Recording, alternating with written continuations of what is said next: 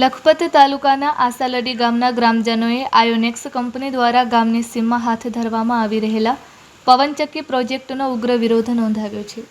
ગ્રામજનોનું કહેવું છે કે ગામની સહમતિ, ગ્રામ પંચાયતની મંજૂરી અને ગ્રામજનોને વિશ્વાસમાં લીધા વિના કંપની દ્વારા ગૌચર અને સરકારી જમીનમાંથી રસ્તા બનાવી પવનચક્કીનું કામ શરૂ કરવામાં આવી રહ્યું છે.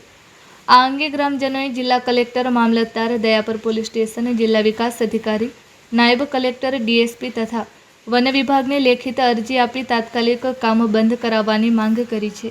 ગ્રામજનોએ રજૂઆતમાં જણાવ્યું છે કે આસાલડી ગામની દક્ષિણ તરફ 2 સ્થળોએ પવનચક્કી સ્થાપિત કરવાની કામગીરી ચાલી રહી છે. કંપનીના અધિકારીઓને ગામલોકોએ રજૂઆત કરતા તેઓએ સરકારને મંજૂરી હોવાનો દાવો કર્યો હતો. જોકે ગ્રામજનોનું કહેવું છે કે ગામની સહમતિ કે ગ્રામ પંચાયતની મંજૂરી લેવામાં આવી નથી અને જો કોઈ એનઓસી લેવામાં આવી હોય તો તે જાહેર કરવામાં આવે. ગ્રામજનોએ આક્ષેપ કર્યો છે કે ગૌચર જમીનમાંથી રસ્તા કાઢવાના કારણે ગામના અંદાજે 3500થી વધુ પશુધન માટેના ચરિયાણનો નાશ થશે. ખેર, બાવળ, મીઠીજાર, ગાંગેટી, લિયાર સહિતની કુદરતી વનસ્પતિ અને ઘાસનો નાશ થવાથી ખાસ કરીને દુષ્કાળ કે ઓછા વરસાદના સમયમાં પશુઓ માટે ગંભીર સંકટ ઊભું થશે. આસાલડી ગામનો મુખ્ય વ્યવસાય પશુપાલન હોવાથી ગ્રામજનોએ આ મુદ્દે ગંભીર ચિંતા વ્યક્ત કરી છે.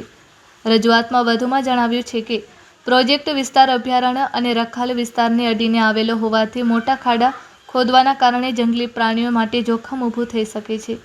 ઉપરાંત પાણીના કુદરતી વહેણ, પગદંડી અને સરકારી જમીન પર ગેરકાયદેસર રસ્તા બનાવવામાં આવી રહ્યા હોવાના આક્ષેપ પણ કરવામાં આવ્યા છે.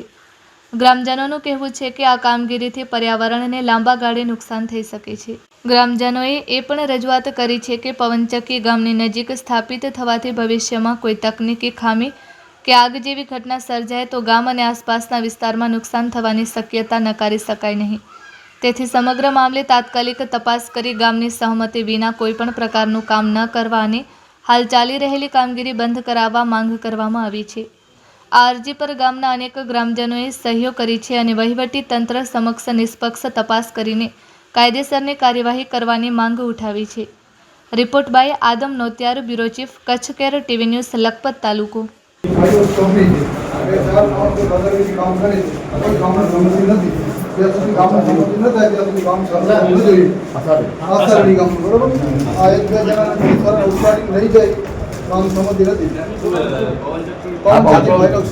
રસ્તાનું કામ છે સાહેબ, બરાબર. એ ખાતાવાળી એમને કાયદેસર કામ તો કોઈ વાંધો નથી. રસ્તામાં સાહેબ ગામનો એક પર્સન છે, ગામ એકતા કરી સમજ થઈને કામ ચાલુ થવું છે, બરાબર. એનાથી પહેલાં કામ ચાલુ થવું ન જોઈએ. રસ્તો બનાવે છે. રસ્તો બનાવે છે, દાદાગીરી કરે છે. 4-5 માણસો કે ભાઈ કામ કરશું, તમારે થાય કરી રહ્યો તો ગામથી કોઈ મોટું નથી સાહેબ. ગામનું પર્સન છે, ગામ કહે તો ભલે કરે, પણ ગામની વચ્ચે આવીને કરે. પૂછાય નથી કરતા. આજે અહીંયા મામલતદાર કચેરીમાં કઈ બાબતનું આવેદનપત્ર દેવા માટે આવ્યા હતા અને તમારું નામ અને કયા ગામના છો? અમારું નામ તાલુ ઇસ્માઇલ. અમારું ગામનું પર્સન છે કે ભાઈ પવનચક્કીનું કામ ચાલુ છે, કોઈ ગામથી સંમતિ નથી કરી. 2-4 જણાથી દાદા થઈને કામ કરે છે. એનું એનું અમારે મૌખિક લેખિત ફરિયાદ કરી છે કે ભાઈ આ કામ જ્યાં સુધી ગામનું સંમતિ ન થાય ત્યાં સુધી કામ ચાલુ થવું ન જોઈએ. તમારું કહેવાનો મતલબ છે ગ્રામ પંચાયતની સંમતિ નથી લીધી, તલાટીની એનઓસી નથી લીધી, નથી સરપંચની કઈ બાંયધરી લીધી ને એમ જ પોતાની રીતે પવનચક્કી ચાલુ કરી દેવામાં આવી છે. કઈ કંપનીની પવનચક્કી છે? આઈનોક્સ કંપનીની પવનચક્કી છે. અમારે ગામના જે 2-4 માણસો છે એ કે તમારાથી થાય કરી લેજો, અમે કામ કરશું. એટલે પવનચક્કી શું માલિકી જમીનમાં લાગેલી છે કે સરકારી જમીનમાં લાગેલી? પવનચક્કી માલિકીમાં લાગેલી છે.